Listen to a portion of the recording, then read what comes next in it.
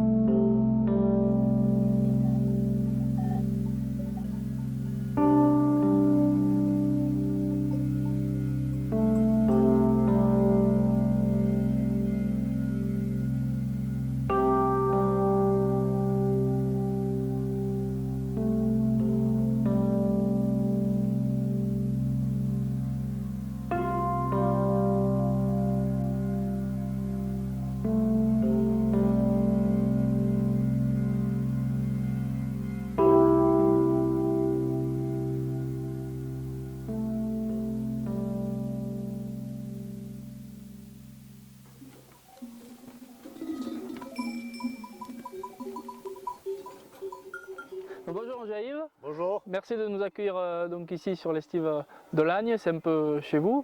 Ça fait 30 ans que vous faites ces métiers, est-ce que vous montez avec toujours autant de passion? Ben oui, la passion m'a pris quand j'avais à l'âge de 6 ans et du coup j'ai pu réaliser mon rêve, mon rêve à l'âge de 17 ans en ayant rencontré le vieux berger ici. Et du coup ça fait la 30e saison que je fais. Et toujours avec autant de passion et d'envie, et même si le métier c'est dur, je veux dire que si on m'enlève cette partie de l'année où je suis ici à 1800 mètres d'altitude, un peu isolé et avec les brebis, je pense que ça me ferait beaucoup de mal, quoi. Donc ouais, je pense j'espère continuer le plus longtemps possible, quoi.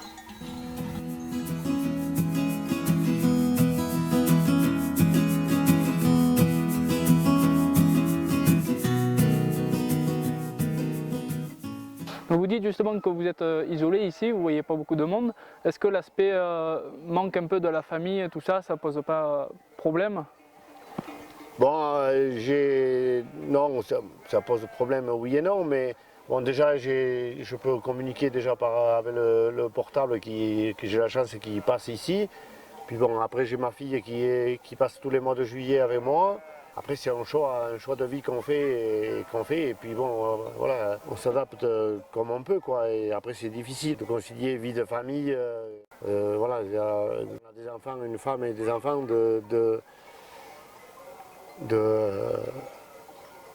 qui passent tout l'été là, parce que bon voilà, ils sont un peu obligés de subir un peu ma passion et mon métier. Donc c'est pas tout le temps, c'est pas toujours évident. Et donc, pas toujours facile. Donc il faut que tout le monde s'adapte, quoi, à cette situation-là.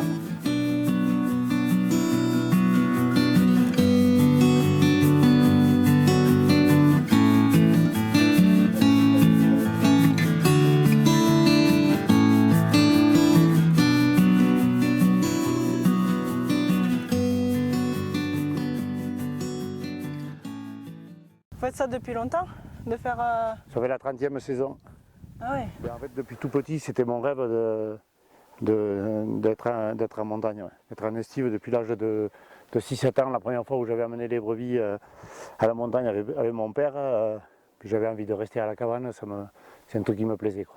Mon père il n'a jamais été en estive, il donnait les brebis en garde. Et du coup, moi j'ai appris ici avec un vieux berger là, qui avait un troupeau, et je suis venu avec lui là pendant 5 ans. Puis après, il a pris la retraite et il a vendu son troupeau et moi je suis monté, du coup, je suis monté avec le mien, quoi. Voilà. Vous avez récupéré le troupeau de vos parents ou... Oui, c'est le troupeau familial, ouais.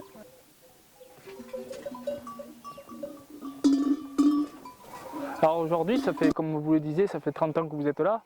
Avant vous, il y avait déjà un berger qui a passé sa vie à la montagne. Ouais. Dans 30 ans, est-ce qu'il y aura toujours un berger à Lagne? Ben, j'espère, peut-être moi encore aussi, parce que bon, le berger avec qui j'ai débuté et j'ai appris, il a fait 62 estives.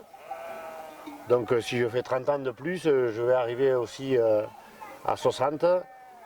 Bon, si la santé me le permet et tout, bon, voilà. Après, ce qu'il y a, c'est que bon, maintenant les conditions de vie ont été un peu améliorées. Et puis, bon, il y a ma fille, je ne sais pas ce qu'elle fera encore, elle n'a que 8 ans, mais bon, elle est vraiment passionnée elle aussi. Sa vie à la montagne, elle aime bien, elle en parle même l'hiver. Il y a plein d'anecdotes qui lui reviennent tout au long de l'année et je pense que voilà. Il y a des chances pour peut-être qu'elle continue la tradition. Qu'elle continue, oui. Après, voilà, elle fera ce qu'elle voudra ou ce qu'elle pourra, mais je pense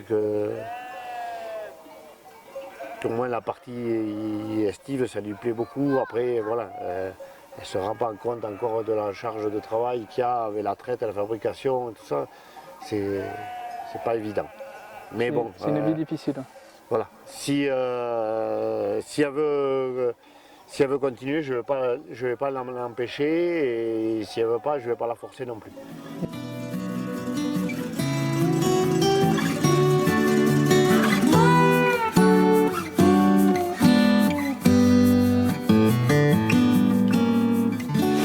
Vous, votre vie, elle est dans la montagne, vous avez besoin de la montagne.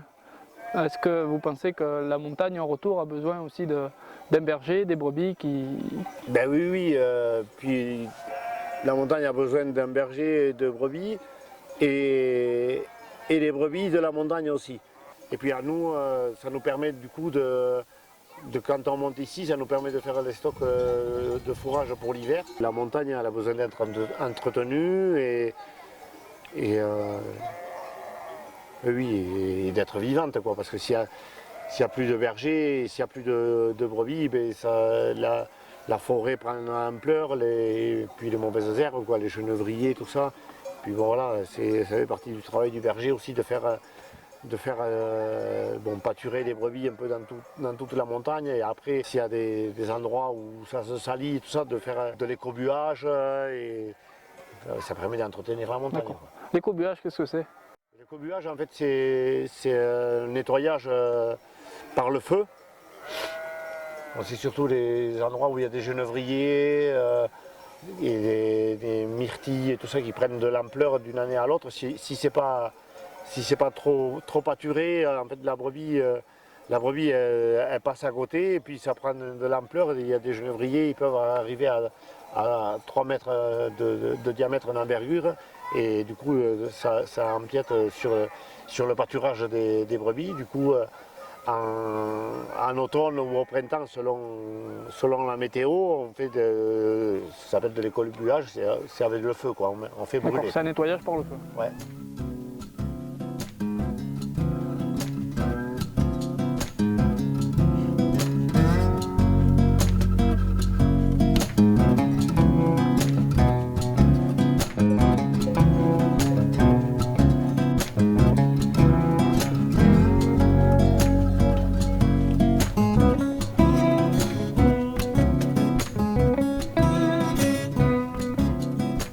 J'arrive, on vous retrouve là pour la traite. Combien vous avez de brebis à traire en tout? J'ai 300 brebis à traire sur les 670. En tout, il y a 670 brebis sur estive? Oui. Du coup, il y a des taris et des agnelles. Et là, j'ai 300 brebis à la traite et ça me prend à peu près entre 3h30 et 4 heures par traite, quoi. D'accord. À peu près, j'ai 7 à 8 heures de traite par jour, quoi. Ah oui, ça fait beaucoup. Et puis traite à la main en plus. Oui. Pourquoi ce choix de traite à la main? Ben, Un choix, oui et non. Je peux encore traire à la main, mais avec 300 brebis quand même, ça commence à devenir un peu juste. Ça prend du temps, et puis bon, c'est quand même physique la traite manuelle. Et je pense peut-être à mécaniser même la traite ici en estive un jour. Ici en estive, en fait, il y a 300 plantes et fleurs différentes. Du coup, ça fait un fromage de haute qualité, quoi. C'est plus que du bio, quoi, en fait. La flore est très diversifiée. C'est ça qui donne un peu un goût un peu particulier au lait? Non, au lait, fromage. surtout au fromage, oui. Divers arômes qu'on retrouve dans le fromage d'estive, c'est vraiment, ça n'a vraiment rien à voir avec un fromage de plaine. Ouais.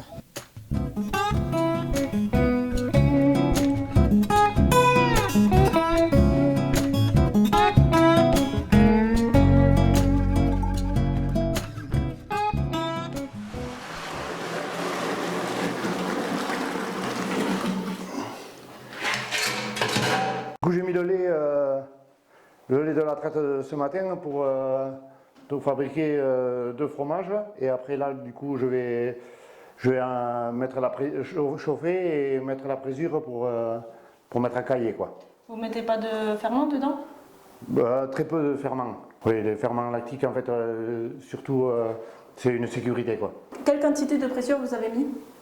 En fait, je mets, pour 26 litres, je mets 5 cc, 5 millilitres de présure. Et c'est de la présure d'agneau? Autrefois, ils faisaient justement avec de la caillette de veau ou d'agneau, mais depuis qu'ils arrivent à en fabriquer de la chimique, on utilise la chimique, oui. Là, il y a 45 minutes, j'ai mis la présure, donc là, ça a caillé. Et là, je réchauffe tout en brassant le caillé pour séparer le petit lait du caillé, en fait. Je réchauffe jusqu'à 40 degrés, en fait. Et je brasse à la main, en fait, en fait, j'ai jamais aimé brasser avec un tranche caillé, ni rien. Là, au moins, avec la main, je sens bien ce que je fais. Et puis, comme il faut faire des grains de caillé vraiment très fins, quoi. Donc, à la main, j'utilise même pas de thermomètre, quoi. Il y a d'autres bergers qui le font avec le tranche caillé? Il y en a qui ont un tranche caillé en bois qui est fait avec une branche de sapin. En brassant la main, vous n'avez pas plus de pertes dans le sérum qu'avec un tranche caillé? Je ne sais pas parce que j'ai jamais fait au tranche caillé, mais je pense que non. Il y a un bon rendement par rapport au nombre de litres de lait que je mets. Je n'ai pas l'impression d'avoir beaucoup de pertes, quoi. D'accord. La salle de fabrication a été construite donc en 2001. Salle de fabrication aux normes européennes. Et avant ça, on faisait le fromage donc, dans la cabane où on vit, quoi, en fait. Ah oui. Du coup, c'était une cabane, et elle n'était même pas isolée ni rien, donc des jours où il faisait très très chaud. En plus, avec la chaleur de la fabrication du fromage et tout ça, c'était vraiment... non, maintenant, on a les toilettes, les douches, on a l'eau chaude au robinet. Dans une source?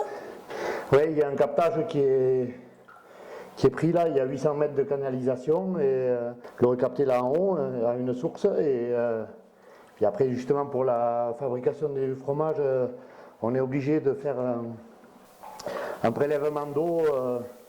Si la qualité de l'eau n'est pas bonne, voilà, il faut y remédier. Et si on n'arrive pas à y remédier, ça peut entraîner une saisie de la production, quoi. Ah oui, quand même. Mais en général, normal, oui. C'est pour protéger le consommateur. Voilà, c'est par rapport aux normes. Ouais. Mais en général, les eaux de sources de montagne, elles sont de bonne qualité, quoi. Le sérum, vous en faites quoi après? Vous le donnez aux brebis? soit je fais du greuil, soit je le donne aux brebis. Donc le greuil, c'est une recuite du petit lait. En fait, en refaisant bouillir le petit lait, en fait, le greuil, ça fait le contraire du fromage. Ça remonte, c'est toute la matière grasse et les protéines qui restent dans le petit lait, qui remontent à la surface. Et après, c'est un fromage blanc. D'accord. Donc vous avez brassé et là, vous laissez reposer un peu? Là, du coup, je laisse reposer 20 minutes. En fait, tous les petits grains de caillé qui étaient en suspens, ils vont redescendre au fond du chaudron. Du coup, dans 20 minutes, après, je vais le rassembler en forme ballon de rubis et après le mettre en moule, quoi. D'accord. Au niveau de la taille du grain de caillé, c'est à peu près quelle taille? Grain de maïs? Grain de maïs, ouais, ou même plus fin que grain de maïs. Ouais. Grain de blé ou Ouais, plutôt, ouais. petit grain de maïs? Oui. D'accord. Inférieur à la taille d'un grain de maïs, ouais. Plus on a un caillé fin, mieux le fromage s'égoutte. Du coup, là, maintenant, donc, tous les grains de caillé, là, ils sont descendus au fond du chaudron. Là, du coup, je ramasse je rassemble tous les grains de caillé et du coup, je forme une boule pour le mettre dans le moule, quoi. Qui est là? Dans le moule qui est là, et en fait, après, du coup, en rassemblant comme ça les grains de caillé, du coup, je forme la tome et en même temps que de ramasser les graines de caillé, du coup, ça enlève déjà, commence à enlever déjà du petit lait dans le fromage, quoi. Il faut qu'il reste le minimum de petit lait à l'intérieur du fromage. Dites-nous pourquoi? Ben, c'est pour la conservation, pour le goût, pour tout, quoi. Parce qu'en fait, s'il reste du petit lait dans le fromage, après, il y a des trous, ça rend le fromage amer et c'est pas bon, quoi. Pourquoi vous le faites directement à la main alors que d'autres le feraient peut-être à la toile? Dans les Pyrénées-Atlantiques, c'est la façon traditionnelle de faire le fromage, quoi. En fait, soit bon, on fait au chaudron comme ça en petite quantité, ou même en cuve après en grosse quantité. Il y a c'est ramassé finalement mécaniquement, mais ça reste toujours dans le petit lait, parce que comme ça le fromage il reste, le caillé il reste bien chaud et ça facilite l'égouttage aussi.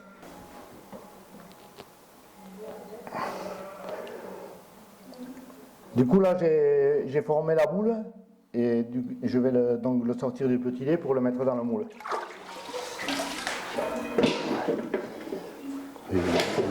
C'est impressionnant. En fait, il y a un peu plus il y avait plus de lait. Du coup, il y a un grand fromage et un petit. Du coup, là, je le coupe et je vais le mouler pour le mettre dans le petit moule. Dans le petit moule, ouais.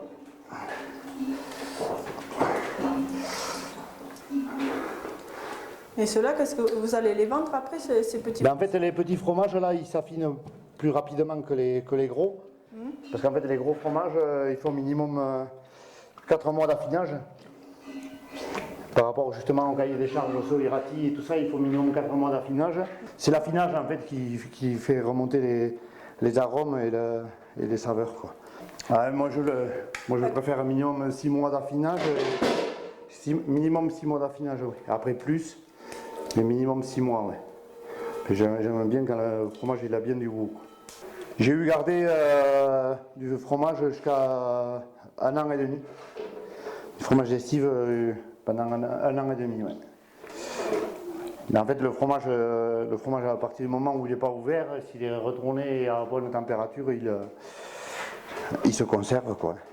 Du coup, avec les aiguilles, donc je vais finir d'égoutter le fromage, en fait, parce qu'il reste encore du petit lait dans le fromage.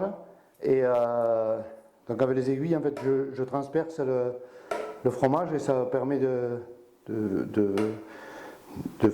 finir l'égouttage, quoi, en fait. Et ces trous, ils restent après? Non, ces trous, enfin, on en retrouve peut-être un ou autre après, mais non, les trous, Ils se recollent? Ils se recollent, oui. Ils repartent. Oui.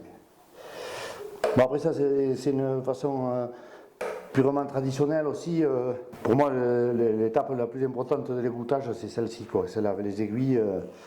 Et du coup, de faire ça, ça avantage le goût du fromage? Ben, ça conserve une certaine authenticité et ben, certainement un peu du goût aussi, quoi. Parce que c'est sûr que ça prend du temps, mais bon, voilà, après, c'est chaque producteur qui voit ce qu'il veut faire, vu que moi je vends mon fromage tout en direct, donc j'ai le client complètement en face, donc j'ai plutôt intérêt d'avoir du fromage de qualité supérieure et du coup, si le client il n'est pas content de mon fromage, il ne revient pas. Le fromage que je vends sur l'estive, soit c'est des petits, là, de petits formats qui font 1 kg ou 1,5 kg, mais en général le fromage d'estive c'est surtout pour les fêtes de fin d'année, quoi, Noël, les premiers de l'an et à partir de là, quoi. Est-ce que vous faites du fromage toute l'année? Non, je ne fais pas du fromage toute l'année. Je suis obligé de faire du fromage puisque bon, il n'y a pas de route, il y a 1h30 de marche pour venir jusque là. Du coup en estive, je fais à peu près entre 150 et 200 fromages selon les années, quoi. Après du coup, le reste de l'année, je fais une partie transformation à la ferme et le reste je le vends en laiterie.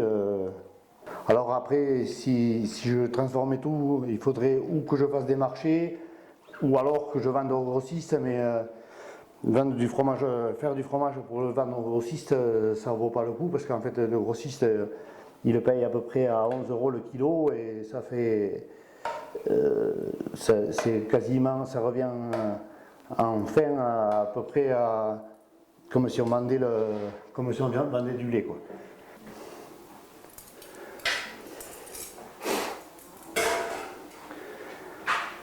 Et là, vous allez faire la même chose de l'autre côté? Du coup, voilà, je vais piquer d'un côté, je vais le repiquer de l'autre.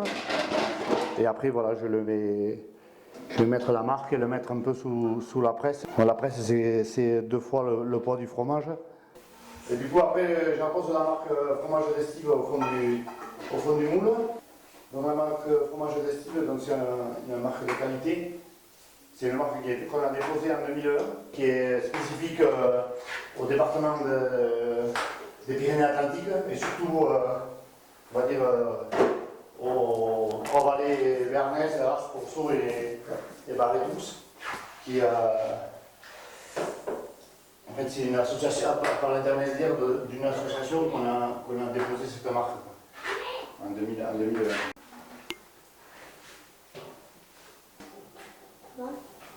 Donc là, Jean-Yves, qu'est-ce que tu es en train de faire? Mais là, en fait, je suis en train de marquer un numéro sur le fromage, ça s'appelle le numéro de lot. Donc toujours pareil, c'est obligatoire pour la traçabilité du fromage. Et du coup, on marque les fromages avec un numéro. Du coup, s'il y a un problème sur un fromage, ça permet de ne pas remonter des numéros avant et après. Et de ne pas saisir, de ne pas bloquer toute la production. C'est des problèmes de listeria surtout. Donc là, j'ai 4 fromages. Ils sont marqués sur le cahier. Je sais exactement combien de litres j'ai transformé, quel jour j'ai fabriqué et tout. Ces fromages, c'est ce que j'ai fabriqué hier et ils vont être salés aujourd'hui pour le premier jour. Et après, ils sont salés pendant 4 jours et après, ils sont simplement